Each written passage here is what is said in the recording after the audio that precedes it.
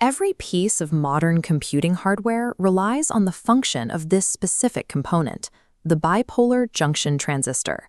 In circuit design, it serves two purposes. It acts as an automated switch to control circuits and operates as an analog amplifier to boost weak signals. The physical interface for this component relies on three specific pins: the emitter, the base, and the collector. The defining feature of this device is its current gain, represented by the Greek letter beta. By applying a tiny 1 milliamp current to the base pin, you can regulate a 100 milliamp current flowing into the collector.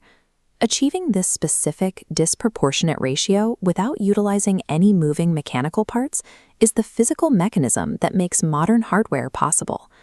This graph plots base voltage horizontally against main current vertically. The collector current is bottlenecked, a flat line, until the base reaches exactly 0.7 volts. Below 0.7, the circuit remains dead. Crossing that threshold opens it, allowing current to flow proportional to the input. We often visualize this using mechanical swing gate water valves, where a small flow pushes open a heavy gate to allow a larger flow. But the transistor achieves variable regulation inside a solid, static block of resin. Traditional circuit diagrams and fluid analogies fail to explain how a static object regulates current with this level of precision. To understand the 0.7 volt anomaly, we have to look past macroscopic circuit abstractions and examine the physics of the atomic lattice. The internal architecture of a bipolar junction transistor consists of three solid-state layers: N-type material, P-type material, and a second N-type material. The foundational base for all three of these layers is pure, unaltered silicon. In its natural state, pure silicon is an electrical insulator. Electricity cannot flow through it. This atomic Bohr model of a silicon atom shows why. The atom possesses 4 electrons occupying its outermost valence shell. To achieve stability, the atom forms covalent bonds, sharing its electrons with 4 neighboring silicon atoms to create a stable 8-electron lattice. Because these electrons are locked into structural bonds, there are no free electrons available in the conduction band to carry an electrical charge. Before this crystalline rock can amplify a signal, its foundational silicon lattice must be intentionally modified to force conductivity. Engineers solve the insulator problem through a process called doping, injecting foreign atoms to destabilize the pure silicon lattice. To create the 2 N-type outer layers, select silicon atoms are replaced with phosphorus atoms. Phosphorus has 5 valence electrons. Because the surrounding lattice only requires 4 electrons to bond, 1 extra electron is left free to roam the material. The P-type central layer is created by swapping silicon atoms for aluminum atoms. Aluminum only possesses 3 valence electrons. This deficit creates a missing bond within the lattice, known as a hole. These holes act as positively charged voids in the atomic structure that pull in any roaming electrons that pass nearby.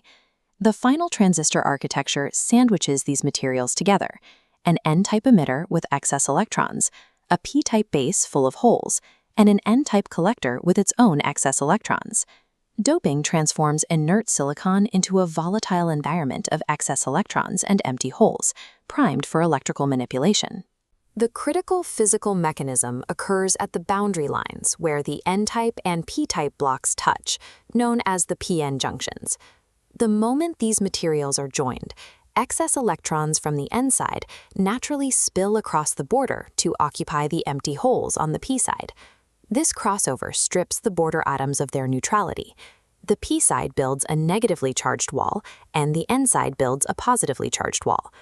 This electric field is called the depletion region. This charged barrier naturally possesses a potential energy difference of roughly 0.7 volts. Once formed, this barrier repels further migration. The electrons are blocked, and the transistor remains in a non-conductive, off state. The 0.7 volt threshold observed in the circuit graph represents the specific electrical potential required to overcome this subatomic electrostatic barrier. To understand how external power interacts with this lattice, we have to clarify a discrepancy regarding the direction of current. While conventional electrical diagrams are drawn with current flowing from positive to negative, physicists proved that electrons actually travel from the negative terminal to the positive. When we wire the NPN sandwich to a power source, we apply a forward bias. The negative terminal is connected to the N-type emitter, and the positive to the P-type base. As the base voltage is slowly increased, negative charge pressure mounts at the emitter. As the voltage reaches that critical 0.7 volt threshold, the depletion region physically shrinks and collapses under the pressure. With the barrier overcome, a flood of electrons rushes out of the N-type emitter and surges into the P-type base. Here is the primary engineering trick. The P-type base layer is manufactured to be incredibly thin and very lightly doped. By making the base layer porous, engineers ensure the rushing electrons have very few holes to fall into. This sets a physical trap for the final stage of amplification. When the electrons enter the thin P-type base, the vast majority fly straight through the material. Only a small fraction collide with a hole and exit via the base wire. This small trickle constitutes the tiny 1 milliamp base current. But a secondary, larger power source is connected to a collector pin, creating a state of reverse bias. The high positive voltage of the collector acts as an electrostatic vacuum, sweeping the remaining 99% of those free-floating electrons out through the collector pin. This physical overshoot mechanism is the origin of the beta ratio. Slightly opening the base barrier unleashes a disproportionately massive flow of electrons into the collector. Turning the base voltage dial physically shrinks the depletion barrier, releasing a flood of electrons across the junction. The base pin does not supply the heavy lifting power for the main circuit. It acts as a sensitive electrostatic throttle. This precise manipulation of depletion regions allows digital logic gates to open and close billions of times per second. By utilizing atomic valences and localized impurities, engineers transformed inert silicon from an insulator into the primary component of modern computing logic.